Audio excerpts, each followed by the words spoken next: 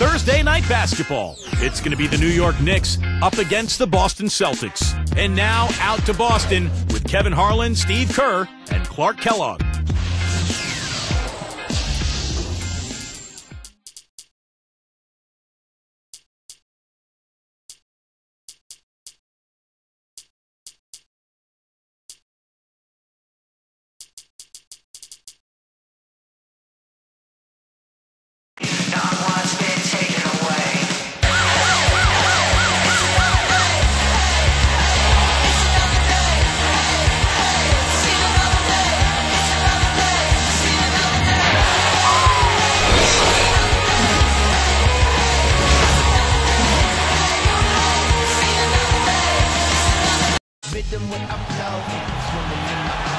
It's that time of year, mid-season NBA action.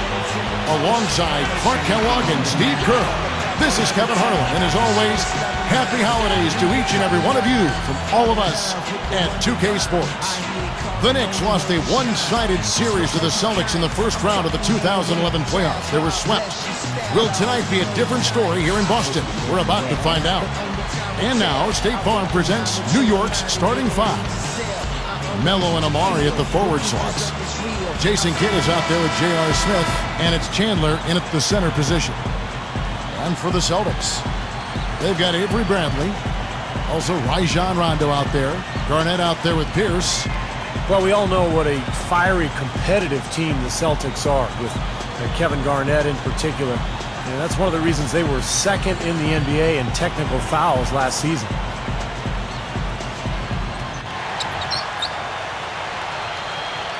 Rondo with it. Outside Pierce. And a foul called on the shot. Got him on the way up that time, so he'll shoot two right here.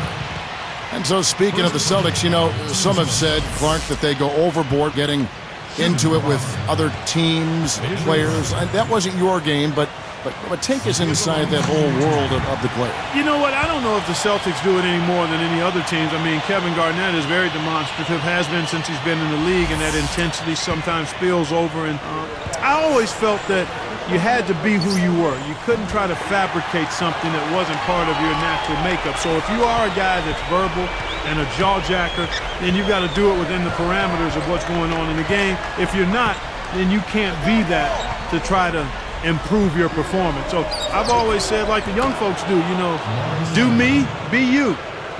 You know? Smart. Use that big height advantage. Get the shot off. Well, it's hard to put a big man on him, Steve, that far from the hoop. I mean, he's versatile. Now here's Garnett. Right now averaging 7 points a game. Doris Burke has an update for us. Doris? Kevin, I briefly spoke with Doc Rivers. Coach told me they're hoping to overcome the problems a player like Carmelo Anthony presents to defenses.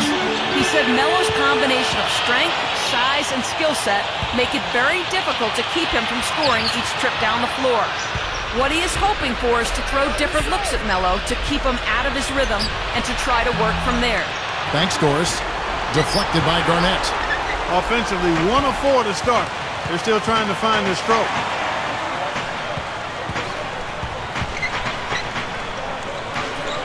18 feet away, and he hits the jump shot. Garnett's got his first 2 points. Well, look at Doc Rivers' coaching numbers, and he's been nothing short of amazing for Boston here. I mean, already over 500 wins in his career as a coach. Really impressive. Shot's good by Anthony. Well, they should go back to that, because you look at this matchup, and he's just too strong for him down there. Number 7, guarded by Stoudemire from 17 feet out. Jason Kidd grabs the miss. One more thing, Clark, about Rivers. He's been fantastic as a coach in the postseason. Steve, he's had a winning percentage of over 500. Well, add in the title and plus the 4 straight 50-win seasons, and it's easy to see why Doc Rivers is considered one of the best coaches that we have in the NBA right now. And here's Boston, trailing by 2. First chance of the season for them to go up against this Knicks team. And you go back to last year in the postseason. Remember, they sent this team packing when they met in round 1. So I would expect a really good battle here tonight. Out to Smith. He's picked up by Rondo. No good with the triple. On defense, New York. They put up a nice win against Utah last time out. And the thing that may have won the game for them, I think, was their shot blocking. I mean, they really caused havoc in that paint area. You know what happens when your shot is being rejected on a regular basis? You start looking around for that shot blocker, and then you become hesitant, and you don't flow confidently with your shot, and that becomes a problem over time. Looking at who's out there now for the Celtics. Green comes in for Paul Pierce, and it's Lee in for Avery Bradley. Now here's Kidd. The three from Anthony, and Lee pulls it down. Green left side. Fires for three. Busted. No good that time either. So at the end of one quarter of play, still a close game. Knicks up.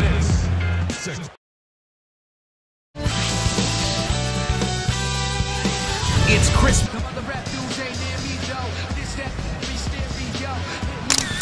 Welcome back, folks. We have a close game here at the start of the second quarter of play.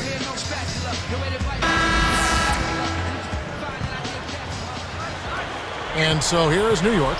So with Stoudemire sitting on the bench, here's who Mike Woodson's going with. Anthony out there at Jeffries. And it's Camby, and there's Davis, and it's Shumpert in at the two. It was the Knicks getting swept out of the playoffs 4-0 by the Celtics, but don't think that the series was that lopsided. I mean, those first two games in Boston could have gone either way. Now Davis. Right now averaging 7 points a game. Lifts up. Shumpert is called for a loose ball foul. That is his first foul of the game. Well, you like the effort, but you got to be smarter. You can't climb over anybody's back to try to get the ball. Yeah, if I was coaching him, I said, I like your effort, but you're hurting us, son. Be smart out there. Wasted no time on that one. It's a tie ball game. Back to that Knicks-Celtics series, Clark. Boston had to come back in both those first two games, and the Knicks certainly made it interesting. They really did. Yeah. Steve, I know you enjoyed those and watched them. Yeah, those were great games, particularly the first two in Boston. The Celtics had to really dig deep to win, and then once it was 2-0, it looked like New York just kind of let its guard down, and the Celtics took advantage. And here are the Celtics now, trailing by 2. They're coming off that win against the Nets. Well, they were fortunate to be up against a D that looked totally overmatched. I mean, there wasn't much that they couldn't do offensively. Yeah, they completely had their way with it.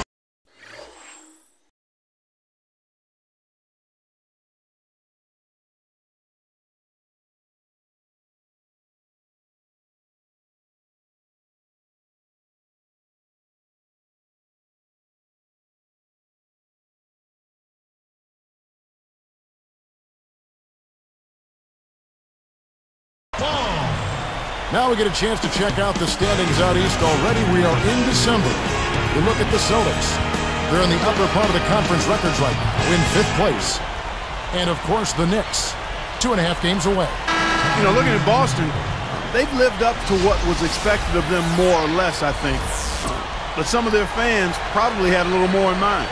Well, fans always have more in mind, Clark. I mean, everybody wants their team to win it all. But I think this team has performed admirably to this point, and they've been rock solid. And we'll see if they can maybe make a push heading into the playoffs.